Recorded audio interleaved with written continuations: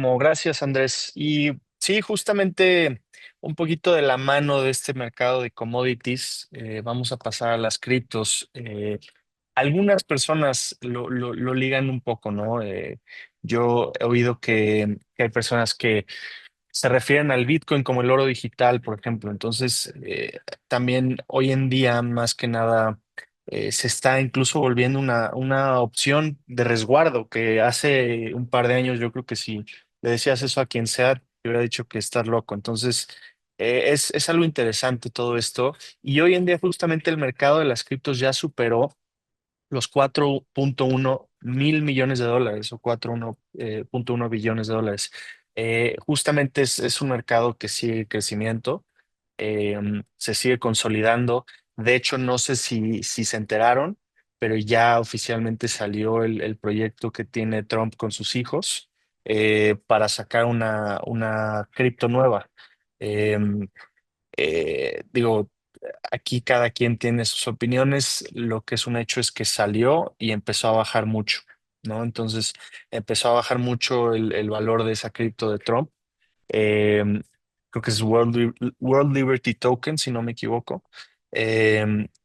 Pero sí, es algo interesante que ya incluso un presidente de Estados Unidos, digo, es un proyecto que empezó antes de estar otra vez en la Casa Blanca y principalmente llevado por sus hijos, pero que esté ligado tan políticamente, ¿no? Una cripto es algo interesante que nunca habíamos visto. Pero justamente, ¿no? Ahorita las criptomonedas se siguen consolidando en este escenario financiero global y ahorita en agosto vimos un aumento importante, ¿no? Una fuerza creciente y una tendencia de consolidación del sector en general de las criptos frente a un panorama pues, realmente positivo, ¿no? Contemplando todo.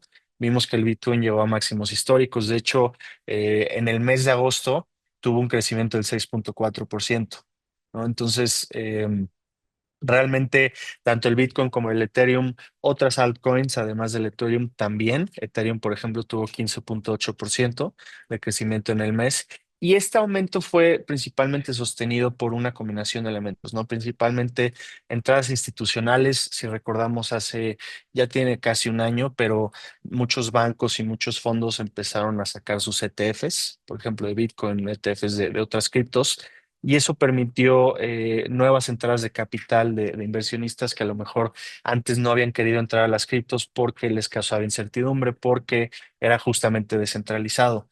Pero al ser ya un producto en un banco, pues sí puede generar más confianza, ¿no? Y además, pues el desempeño de los activos más importantes de las criptos han estado impulsando que, pues obviamente, más personas quieran entrar por el famoso FOMO, ¿no? Fear of Missing Out, y digan, oye, pues yo quiero de esas ganancias también. Entonces, Bitcoin, Ethereum, muy buen crecimiento. Aquí justo nos está ayudando Andrés a ponerlo en la pantalla. Eh, y podemos comparar acá justamente en las dos, ¿no? Tanto Bitcoin como Ethereum. Si vemos en todo lo que fue agosto, digo, ahorita justamente el Bitcoin ya pasó el nivel que había en el que empezó el mes de agosto. Justamente ahorita está en niveles de 108 mil, alrededor de eso, 110 mil. Y el Ethereum al revés, ¿no? O sea, también vio como una corrección ligera, no tan fuerte como el Bitcoin, pero aquí en ambos casos son diferentes partes, ¿no? El crecimiento que tuvo, principalmente por estas entradas institucionales y por el mismo desempeño que están teniendo las otras criptos. Recordemos que normalmente si el Bitcoin sube, normalmente las otras criptos también tienden a seguir ese movimiento. Pero ahorita, ¿qué está pasando? Por un lado hay muchas tomas de ganancia, pero por otro lado estamos a 2 semanas menos de que con mucha probabilidad la Fed de Estados Unidos recorte las tasas de interés. Entonces, ¿qué pasa ahí? Normalmente, cuando un banco central recorta las tasas de interés, la divisa de ese país baja, porque los bonos pagan menos y ese capital se va a renta variable. Entonces, normalmente, en condiciones normales, lo que pasaría cuando, por ejemplo, un banco central va a recortar tasas es que toda la renta variable estuviera subiendo. Pero si a eso le sumas toda la incertidumbre que hay ahorita en Estados Unidos, justamente las cortes en Estados Unidos se están volviendo eh, a pelear contra Trump diciendo que sus aranceles son ilegales. Tiene hasta mediados de octubre para apelar esto y luchar contra ello. Si lo revierte, perfecto. Si de aquí a entonces, en mediados de octubre, no logra revertir esa decisión, casi que ya tiene prohibido poner esos aranceles, que hasta ahorita ha sido como su principal herramienta, si no es que su única herramienta para amenazar a otros países, conseguir lo que quieren en cuanto a comercio y demás. Pero aquí justamente podemos ver el barómetro, ¿no? De las tasas de la Fed, que justamente se basa en los futuros de personas que están comprando, vendiendo bonos y demás de Estados Unidos, principalmente bonos a 30 días.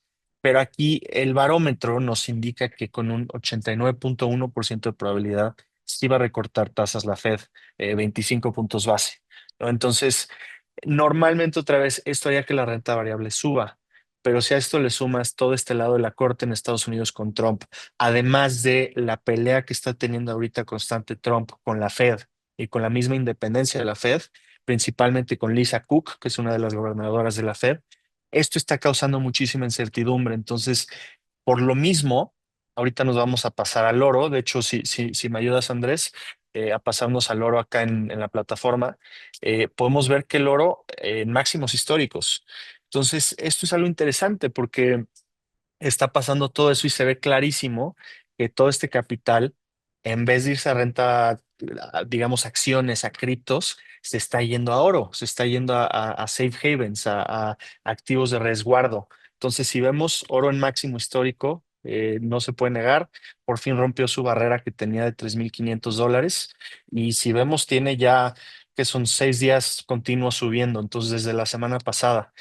Entonces, otra vez, muy interesante todo esto, ¿no? Porque lo que está pasando en Estados Unidos y en el mundo en general, toda esta incertidumbre, está haciendo que los comportamientos normales no necesariamente se cumplan como antes.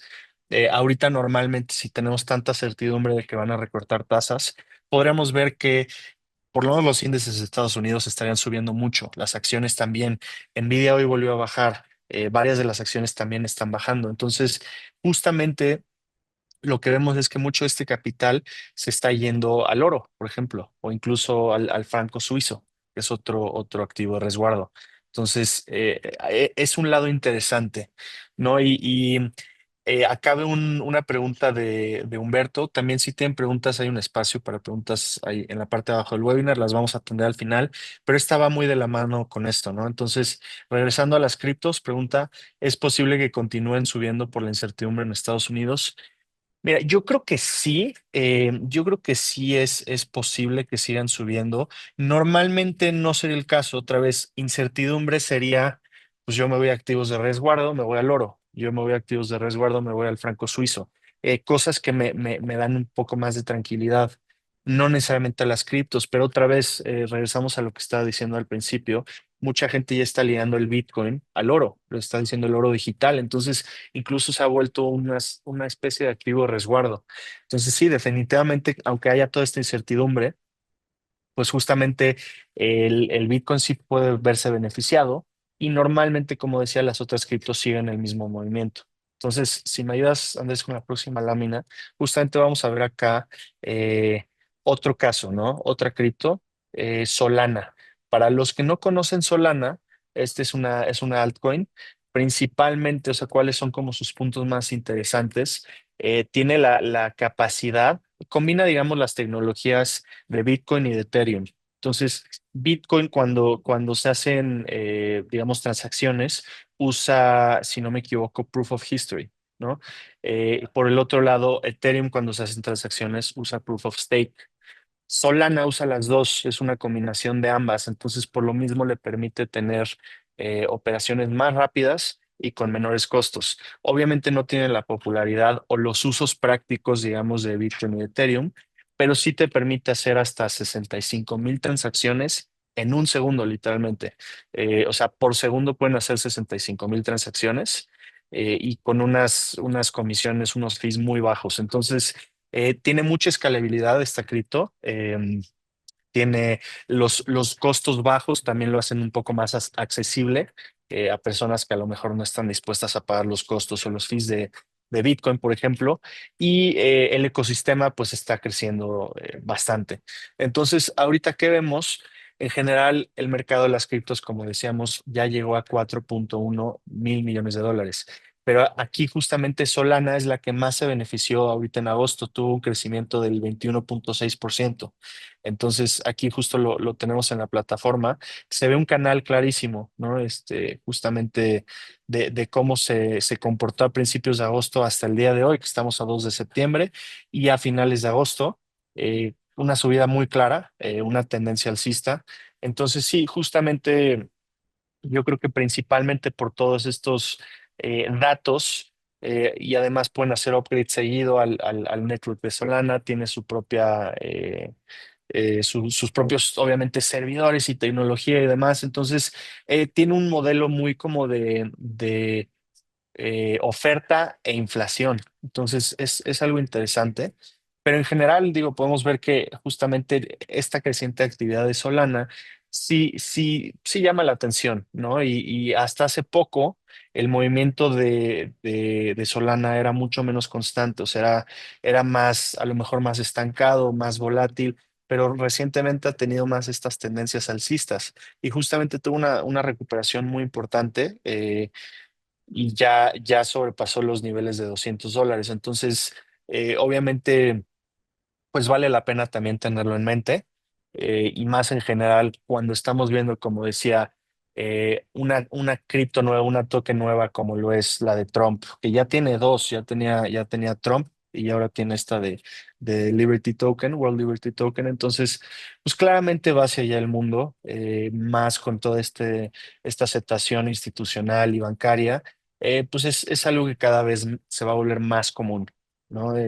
Incluso hay países, por ejemplo, en Dubái, ya puedes comprar propiedades con cripto. O sea, puedes llegar y decir, quiero comprar esta casa, ¿cuánto cuesta en Bitcoin o en Ethereum? Y te venden la casa tal cual. Entonces, pues cada vez tiene más usos prácticos, y yo creo que sí va a ser algo que seguirá siendo muy interesante seguir analizando, ¿no? Si me ayudas con la próxima, por favor, Andrés.